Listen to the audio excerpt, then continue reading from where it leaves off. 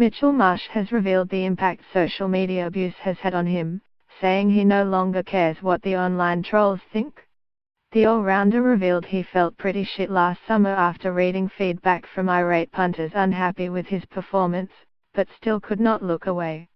The Boo Boys will again be out in force if Marsh, who has taken over from Shane Watson as the whipping boy for cricket fans around the country, breaks back into the Australian 11 for the third test in Perth. Marsh's fate, and that of Peter Hadscombe's, hinges on the Waker pitch, but the signs are pointing in favour of the West Australian. Selectors are desperate to keep intact their prized pace trio of Josh Hazlewood, Mitchell Starc and Pat Cummins for as long as possible. The welfare of their quicks was a major consideration in Steve Smith's decision not to enforce the follow-on in Adelaide. Marsh's selection would enable Australia to have a fourth seam bowling option on a wicket that has been a batsman's paradise at times this season. But there will be skeptics who believe Marsh, with a test average of 22 compared to Peter Hadscombe's 47, does not have the runs on the board to bat in the top six. While some of the criticism of the younger Marsh brother is fair, there is little doubt the 26-year-old has copped more vitriol than his teammates. Marsh said the abuse had upset him.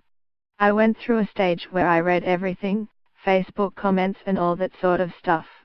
I find them quite funny now, and I actually think it's great that the Australian public can be so passionate about sport, especially cricket," Marsh said. "People are always entitled to their opinions. 8 months ago I stopped reading everything pretty much. I think it'll probably stay that way. At the time it made me feel pretty shit, to be honest, but people are entitled to their opinion and passionate about cricket, so it's all good." Marsh almost could not resist the chance to fire back at critics of his brother, Sean, another maligned by many, after his game-changing century. "I felt like I was going to comment on Facebook comments last week when Sean got his 100, but I thought that might put the heat on me," Marsh said. "I just let it go. I just stopped caring really what people thought." The boys have all spoken about the inner sanctum of the Australian cricket team, and really that's all that matters. "So that's how I am going about it." Marsh worked extensively on his batting with batting coach Scott Mulliner, a close friend of his brother and former Western Australia player, while he was recovering from shoulder surgery that prevented him from bowling. After struggling to find the right tempo at the crease, he believes he has now found a recipe for success based on defence. "If you want to be a top six batsman, you've got to make bigger runs," Marsh said.